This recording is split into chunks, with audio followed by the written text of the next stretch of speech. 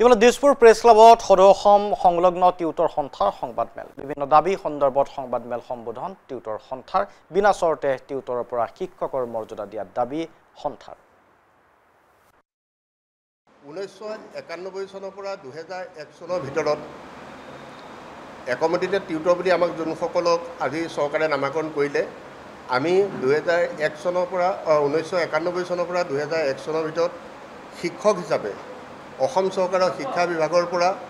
আমি নিযুক্তি পত্ৰ লাভ কৰিছিলোঁ আৰু সেই নিযুক্তি পত্ৰ লাভ কৰি আমি প্ৰায় 4-5 বছৰ 8 বছৰ দিন আমি চৰকাৰৰ পৰা বেতন লাভ কৰিছিলোঁ বেতন লাভ কৰি থকা অৱস্থাত হঠাৎ অসম চৰকাৰে আমাক শিক্ষা বিভাগে আমাৰ দৰমহা বন্ধ কৰি দিলে বেতন বন্ধ কৰি দিলে আৰু আমাক অনিয়মীয়া আৰু ইৰেগুলাৰ মানে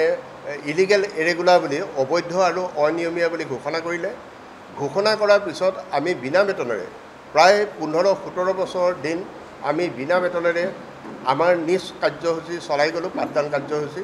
আমি বিনা বেতনেৰে প্ৰায় 15 বছৰ দিন আমি পাঠদান কাৰ্যসূচী চলাই গ'লোঁ শেহতীয়াকৈ 2021 চনৰ 30 জানুৱাৰী তাৰিখে বৰ্তমানৰ মুখ্যমন্ত্ৰী সেই সময়ত শিক্ষামন্ত্ৰী হৈ থাকোঁতে তেখেতে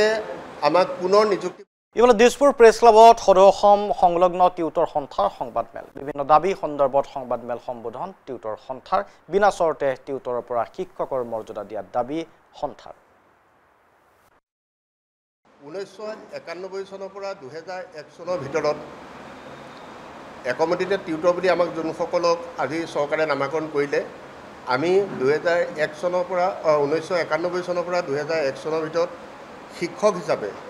অসম চৰকাৰৰ শিক্ষা বিভাগৰ পৰা আমি নিযুক্তি পত্ৰ লাভ কৰিছিলোঁ আৰু সেই নিযুক্তি পত্ৰ লাভ কৰি আমি প্ৰায় 4-5 বছৰ 8 বছৰ দিন আমি চৰকাৰৰ পৰা বেতন লাভ কৰিছিলোঁ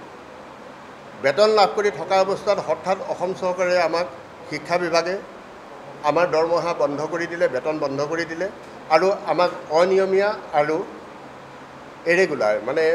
ইলিগেল ইৰেগুলাৰ বুলি অবৈধ আৰু অনিয়মীয়া বুলি ঘোষণা কৰিলে ঘোষণা কৰাৰ পিছত আমি বিনা বেতনেৰে প্ৰায় 15-17 বছৰ দিন আমি বিনা বেতনেৰে আমাৰ নিজ কাৰ্যসূচী চলাই গ'লোঁ পাঠদান কাৰ্যসূচী আমি বিনা বেতনেৰে প্ৰায় 15 বছৰ দিন আমি পাঠদান কাৰ্যসূচী চলাই গ'লোঁ শেহতীয়াকৈ 2021 চনৰ 30 জানুৱাৰী তাৰিখে বৰ্তমানৰ মুখ্যমন্ত্ৰী সেই সময়ত শিক্ষামন্ত্ৰী হৈ থাকোঁতে তেখেতে আমাক পুনৰ নিযুক্তি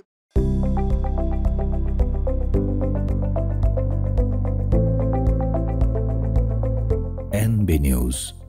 সহজ সৰল ভাষাত নৱভাৰতৰ কথা।